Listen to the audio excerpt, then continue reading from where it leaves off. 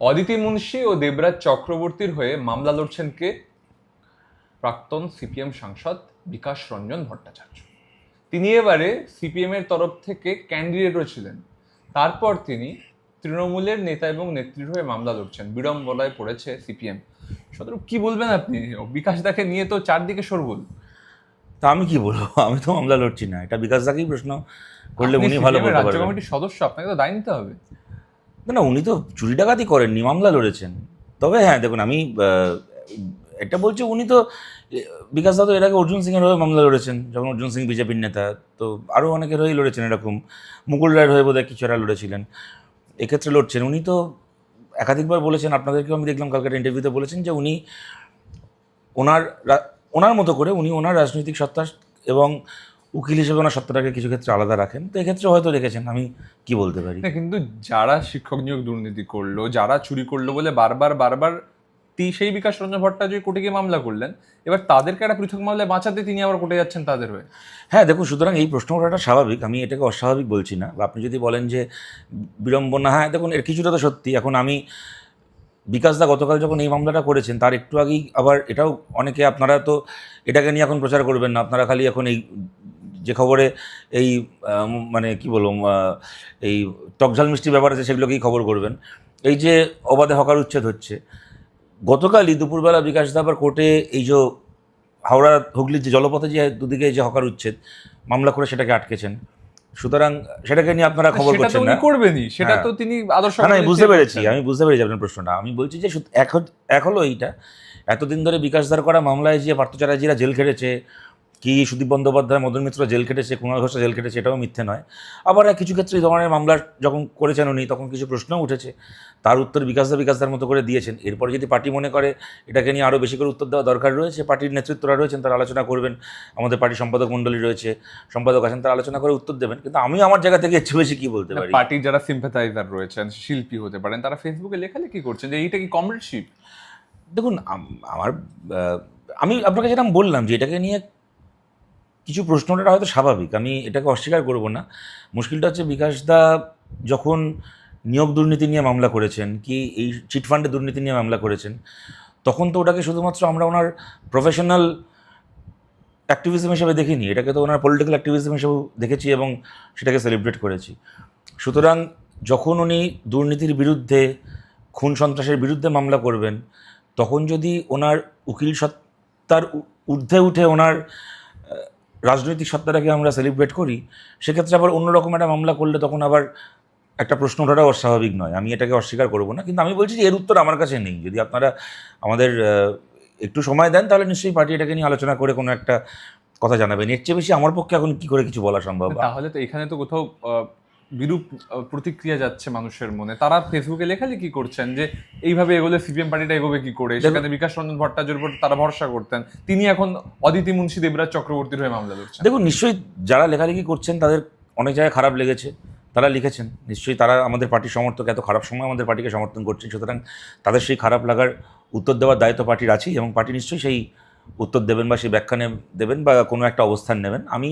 দেখুন, আমি আমার পার্টির একজন কর্মী হিসেবে আমি এটা বলতে পারি যে আমিও সেই, যতক্ষণ পর্যন্ত পার্টির জায়গা থেকে সেই উত্তরটা না আসছে, আমার পক্ষে আকবারিয়ে কোনো উত্তর দেওয়া সম্ভব আপনি না। আইনজীবী হলে এর মামলা লড়তেন অদিতি মুন্সি দেবরাজ চক্রবর্তীর হয়ে? আরে আপনি এখন ক্রিকেটার হলে এই সময় মাঠে গিয়ে ক্রিকেট খেলতেন, আপনি সাংবাদিক বলে এখন এখানে বসে প্রশ্ন করছেন। এইসব ফিকটিশিয়াস প্রশ্নের উত্তর না না না, না, আমি হলে লড়তাম না, এবং আমি অপেক্ষা করে আছি কখন দেবরাজ আর অদিতি মুন্সি জেলে যাবে। শুনুন, এই দেবরাজ চক্রবর্তীর যখন ওই রাজারহাট, নিউ টাউন, দক্ষিণদারি এসব এলাকায় যখন ওর মালিকানা চলে, বাগুইহাটিতে আপনাদের মনে থাকবে বছর 3 আগে 2 যুবককে বাড়ি থেকে তাদের খুঁজে পাওয়া যাচ্ছিল না, কিডন্যাপ করা হয়েছিল, হারিয়ে গেছিলো, পুলিশের গাফিলতি হয়েছিল এবং তারপরে তাদের মৃতদেহ পাওয়া গেল।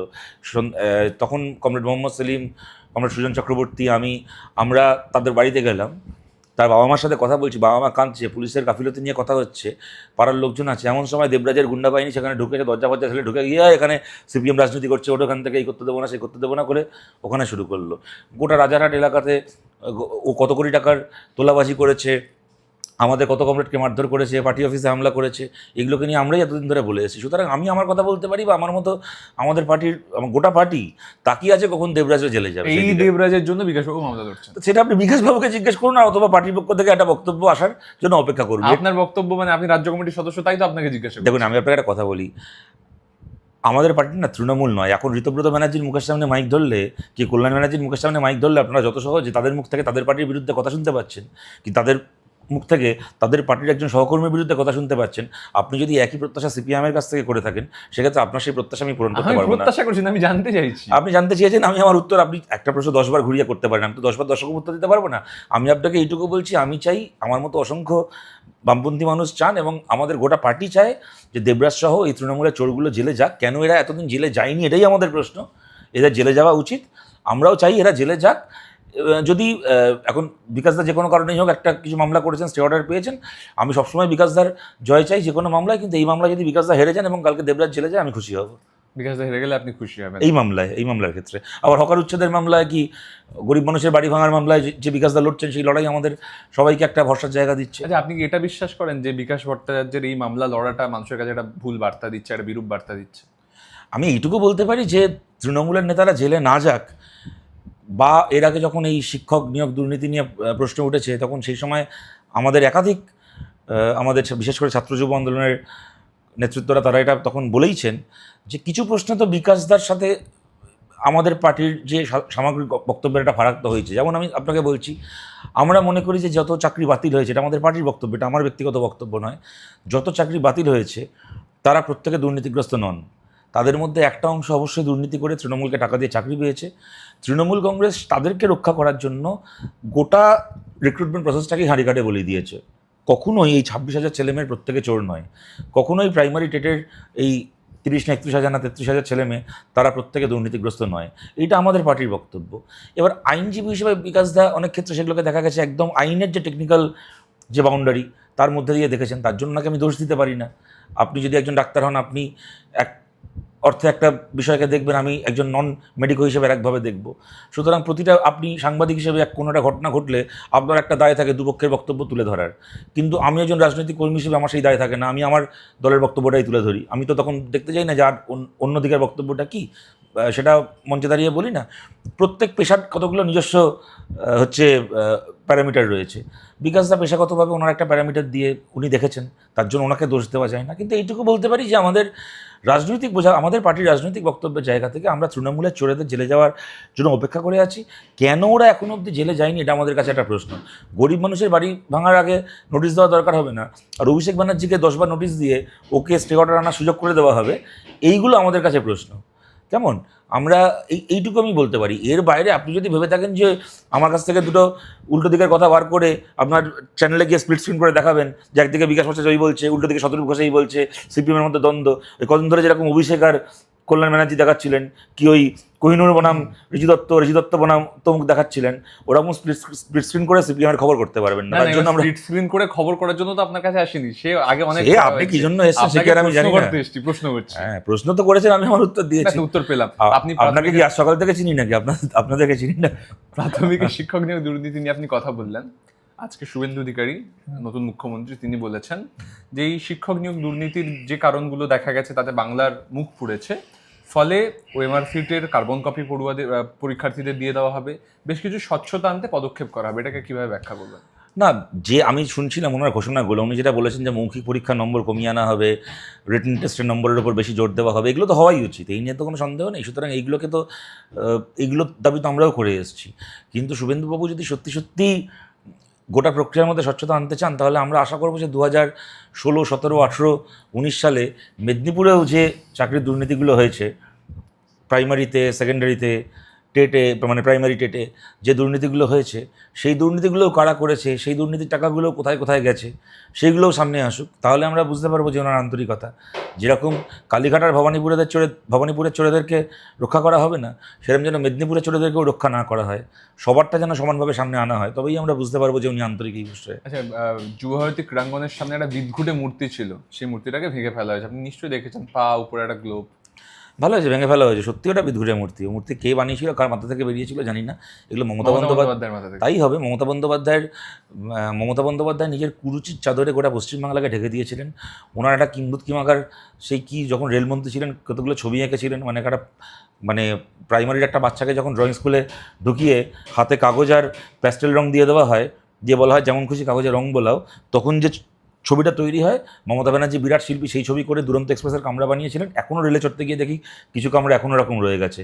তারপর থেকে এতগুলো রেলমন্ত্রী এসে সরকার পাল্টেছে, তবু সেই কামরা পাল্টায়নি। মমতা বন্দ্যোপাধ্যায়ের মানে উনি শিল্পী নন, তবু ওনাকে কিম্ভূত কিমাকার কি একখানা প্যাঁচার মতো ছবি এঁকেছিলেন, সেটা হয়ে গেল রাজ্য সরকারের কন্যাশ্রীর লোগো। উনি গান গাইতে পারেন না, তবু উনি গান গাইবেন, সেটা আমাদের রাজ্য সরকারের সরকারি প্রোগ্রামে গিয়ে শোনানো হবে। সুতরাং এইগুলো যেগুলো করেছেন একটা মানে কিম্ভূত কিমাকার একখানা মূর্তি। খেয়ে দেয়ে কাজ নেই। আমাদের এই কলকাতা শহর বা আশপাশের এলাকায় বড় বড় মানে কি বলবো, আপনার মূর্তি ছিল, বড় বড় আর্টিফ্যাক্টস ছিল, সোমনাথরের শিল্পকর্ম, সেটাকে সরিয়ে দিয়ে মমতা বন্দ্যোপাধ্যায়ের একটা বিশ্ববাংলার বজ ঝুলিয়ে দিয়েছিল। সুতরাং এগুলো ভেঙে ফেলাই উচিত। কিন্তু যেটা আক্ষেপের সেটা হচ্ছে যে এইগুলো করতে গিয়ে জনগণ, দেখুন এই মূর্তিটা তৈরি হয়েছিল আমাদের ট্যাক্সের টাকায়। মাঝখান থেকে আমাদের ট্যাক্সের টাকাগুলো দিয়ে স্কুল কলেজ তৈরি হতে পারতো, হাসপাতাল তৈরি হতে পারতো। তার বদলে মমতা বন্দ্যোপাধ্যায়ের এই সমস্ত কিম্ভূত কিমাকার বুদ্ধিতে কিম্ভূত কিমাকার মূর্তি তৈরি হলো। এখন সরকারের টাকায় তৈরি সেই মূর্তি ভাঙা হচ্ছে। মাঝখান থেকে মানুষের টাকাগুলো কী কাজে লাগতে পারতো আর কীভাবে নষ্ট হলো। রাজ্যে একাধিক রেল প্রকল্প আটকে ছিল, সেগুলোতে অনুমোদন দিয়ে দিয়েছেন শুভেন্দু অধিকারী। দিয়েছেন, ভালো কথা। রেল প্রকল্প চালু হলে সবাই ট্রেনে উঠবে, ভালো কথা। আর শেষ প্রশ্ন হচ্ছে, দক্ষিণ দমদম পুরসভার কাউন্সিলরের অস্বাভাবিক মৃত্যু, যেটা জানা যাচ্ছে দেবরাজ চক্রবর্তীর সাথে কোনো যোগাযোগ ছিল, 10 লক্ষ টাকার প্রসঙ্গ উঠে আসছে। কারণ খতিয়ে দেখা উচিত।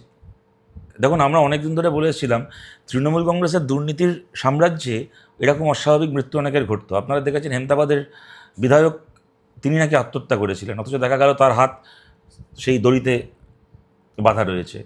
বিরোধী পক্ষের বিধায়কদের অস্বাভাবিক মৃত্যু, আত্মহত্যা আমাদের দেখতে হয়েছিল। এই বকটুয়ের মামলায় যে মূল অভিযুক্ত, তার সিবিআই হেফাজতে অস্বাভাবিক মৃত্যু হয়ে গেল। তৃণমূলের যে কিনা মমতা বন্দ্যোপাধ্যায়, অভিষেক বন্দ্যোপাধ্যায়, অনুব্রত মণ্ডলের চুরির প্রাইম উইটনেস ছিল, তার এরকম অস্বাভাবিক মৃত্যু হয়ে গেল। মানে একাধিকবার এরকম খবর এসেছে যে সুদীপ্ত সেনকে জেলের মধ্যে মেরে ফেলার পরিস্থিতি তৈরি হয়েছিল, এবং সুদীপ্ত সেন মারা যাওয়া মানে আমরা জানি যে কত লোকের বেঁচে যাওয়া। সুতরাং তৃণমূল আমলে তো এগুলোই হতো। একদিন এরা এমন পাপ করেছে, এদের পাপের ফলে কত মানুষের অস্বাভাবিক মৃত্যু হয়ে গেছে। আর এখন যখন ওদের হাতে সরকার নেই, তখন ওই কয়েকটা পাপীর এরকমভাবে অস্বাভাবিক মৃত্যু হয়ে যাচ্ছে। কিন্তু আমরা মনে করি তৃণমূল কংগ্রেসের ওই কাউন্সিলর, পঞ্চায়েত মেম্বারের মতো ছোটো ছোটো নাটবল্টুগুলোকে এরকমভাবে পথ থেকে সরিয়ে দিয়ে যেন মূল মাথাগুলো বেঁচে না যায়। সেই কারণে আরও বেশি করে মনে করি অবিলম্বে তৃণমূল কংগ্রেসের কাউন্সিলর থেকে শুরু করে যারাই চুরি দুর্নীতিগুলো করেছে, অবিলম্বে তাদেরকে জেলে ঢোকানো উচিত, যাতে করে কিনা তারা সুইসাইডও না করে, তাদেরকে মেরেও না ফেলা হয় জেলের বাইরে, এবং ঠিকমতো করে তাদেরকে ইন্টারোগেট করে সত্যিকারের এই দুর্নীতির মাথায় যে বসছিল কালীঘাটের ক্যামাক্সিডের চোরগুলো, তাদেরকে যেন ইমিডিয়েটলি তাদের বিরুদ্ধে ব্যবস্থা নেওয়া হয়। আচ্ছা, শিক্ষার ক্ষেত্রে নতুন সরকার একাধিক পরিবর্তন আনছে। স্কুল ব্যাগের ওজন কমিয়ে দেওয়া হচ্ছে, হোমওয়ার্ক কম করে দেওয়া হচ্ছে, তার সঙ্গে সঙ্গে পরিচালন কমিটিগুলোকে ভেঙে দেওয়া হয়েছে, এখানে নির্বাচিত পরিচালন কমিটি হবে। কি বলবেন? দেখুন, স্কুল ব্যাগের ওজন, হোমওয়ার্ক, আজকের এই ডিজিটাল এডুকেশনের যুগে, বিশেষ করে পোস্ট কোভিড এরাতে যেরকমভাবে স্কুল শিক্ষাটাও কিছুটা ডিজিটাইজড হয়ে গেছে, এগুলো স্বাভাবিক পরিবর্তন, এগুলো সময়ের নিয়মে এমনি হবেও, তাতে অসুবিধার কিছু নেই। নির্বাচিত পরিচালন সমিতির আমরা সবসময় পক্ষে। শুভেন্দু অধিকারী যখন 10 বছর তৃণমূল সরকারের মন্ত্রী ছিলেন, তখনও আমরা নির্বাচিত পরিচালন সমিতির পক্ষে ছিলাম। শুভেন্দু অধিকারী তখন তৃণমূলের মন্ত্রী হিসেবে পরিচালন সমিতি দখল করার পক্ষে ছিলেন। যাই হোক, আমাদের এগুলোতে নতুন করে কিছু বলার নেই, কিন্তু এইটুকু বলতে পারি যে সত্যিকারের শিক্ষায় সিলেবাস কতটা বিজ্ঞানমনস্ক করা হচ্ছে। আজকে মমতা বন্দ্যোপাধ্যায়ের কবিতা সরিয়ে দিয়ে যদি সিলেবাসে যদি জ্যোতিষচর্চা আর তন্ত্রমন্ত্র সাধনা ঢোকানো হয়, সেইটাকে আমি তো কোনো ইতিবাচক পরিবর্তন বলবো না। ওইটা একটা অন্ধকার ছিল, এখানে আর একটা অন্ধকার হবে। আজকে যদি বেচারাম মান্নার জীবনী আর এই মমতা বন্দ্যোপাধ্যায় সিঙ্গুর আন্দোলনের নৈরাজ্য, ওই সমস্ত সরিয়ে সত্যিকারের সিলেবাসের মধ্যে বিজ্ঞানমনস্কতা প্রচার করা হয়, সত্যিকারের সিলেবাসের মধ্যে ভারতের, সেটা নেতাজি সুভাষচন্দ্র বোস হতে পারেন, ভগৎ সিং হতে পারেন, শ্রী চৈতন্যদেব হতে পারেন, মৌলানা আব্দুল কালাম আজাদ হতে পারেন, তাদের জীবনী পড়ানো হয়, যদি রবীন্দ্রনাথ ঠাকুর, নজরুল ইসলামের কবিতা সাহিত্য, তাদের সৃষ্টি, তাদের ফিলোসফিকে প্রচার করা হয়, তাহলে আমি সেগুলোকে শিক্ষার ইতিবাচক পরিবর্তন হিসেবে দেখব।